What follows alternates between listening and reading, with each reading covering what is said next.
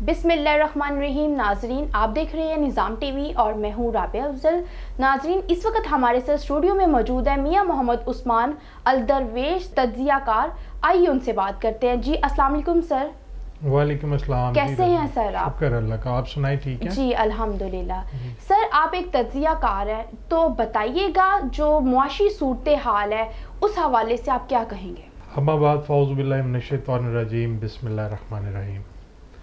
जी राबिया, ये जो इस वक्त माशी सूरत हाल इस वक्त बनी हुई है, ये अभी क्रिएट नहीं हुई, ये एक प्री प्लान्ड सारा एजेंडा है जिसके ऊपर काम हो रहा है।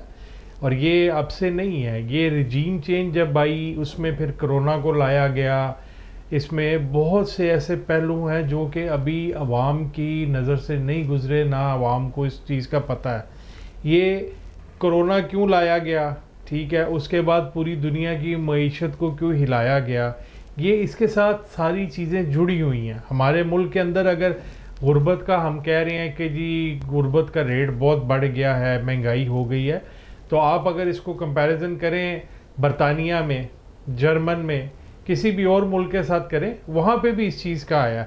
अब ये जो डॉलर फ्लक्चुएट हुआ है, ठीक है, अवाम में बस यही है जी कि डॉलर हिल रहा है, पेट्रोल हिल रहा है, इसके हिसाब से जो है ना वो महंगाई एक डिफरेंट है टॉपिक। जो डॉलर फ्लक्चुएट हो रहा है ये किया जा रहा है, ठीक है।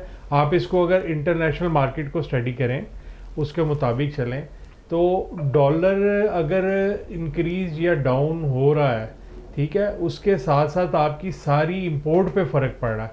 जब एक कंटेनर है वो फॉर एग्जांपल आपको 1 करोड़ रुपए का पड़ रहा था, इस वक्त उसको सिर्फ ये थोड़ी सी फ्लक्चुएशन जो मौजूदा गवर्नमेंट के आने के बाद हुई है, अब 30-32 लाख रुपया ज़्यादा भरना पड़ रहा है। अब वो 30-32 लाख का जो बोझ है वो किस पे पड़ना है? वो उन्हीं पे पड़ना है ना जिन्होंने एंड यूज़र है, जो इस्तेमाल चीज़ें जिन्होंने करनी है, जिन्होंने आम दुकान से ख़रीदनी है।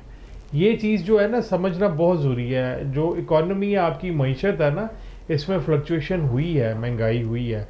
अब डॉलर नीचे आ रहा है, लेकिन आपको इसलिए नज़र नहीं आ रहा कि जो बिजली के बिल हैं वो इंक्रीज़ होते जा रहे हैं, ठीक है, पेट्रोल इंक्रीज़ हो रहा है, तो इसलिए जो है ना महंगाई दिन ब दिन बढ़ रही है, उस पर डॉलर का कोई असर नहीं पड़ रहा। तो सर, आपने ये बहुत अच्छी बात बताई कि डॉलर जो है वो रेट तो नीचे आ रहा है, लेकिन सर आप क्या कहते हैं कि जो हमारे वज़ीर ख़जाना इसहाक डार साहब है, आप उन्हें ये जो क्रेडिट है वो देते हैं कि जो इसकी डॉलर की कीमत कम हो रही है लेकिन स्टेबल नहीं हो रही, इसका क्रेडिट आप इसहाक डार साहब को देते हैं?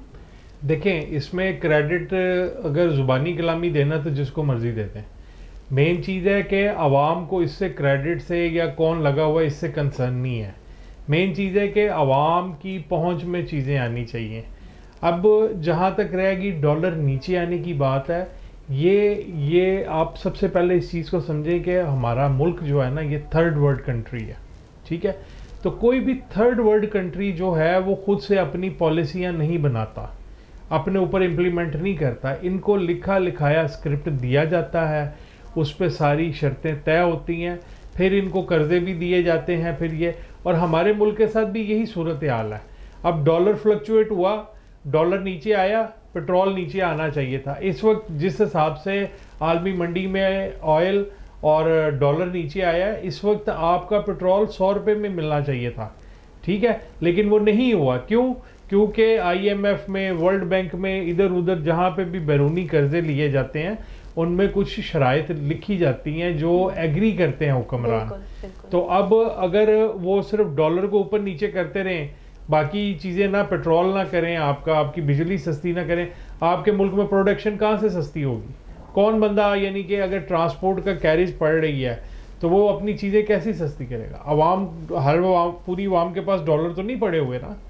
तो ये तो सिर्फ इम्पोर्टर्स को या एक्सपोर्टर्स को डॉलर से कंसर्न है।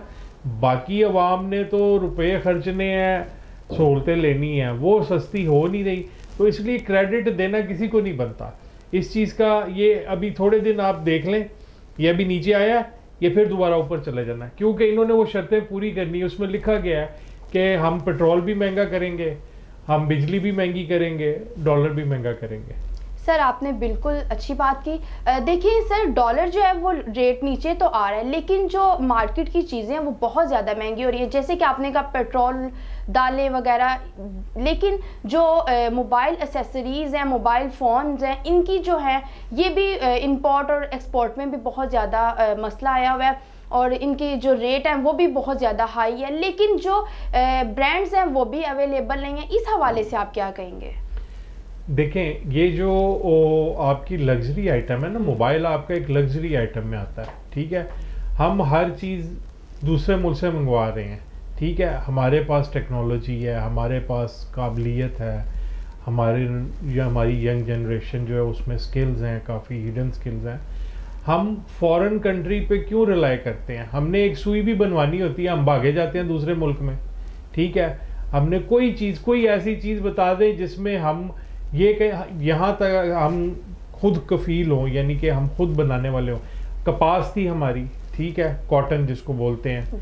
हमारे फ्रूट्स थे कुछ ऐसे जिन पूरी दुनिया में माने जाते थे, आज कहाँ पे उनकी एक्सपोर्ट। आपकी टेक्सटाइल इंडस्ट्री जो है कॉटन की वजह से कितनी स्नब हुई है हुकूमत पॉलिसियों की वजह से, ठीक है।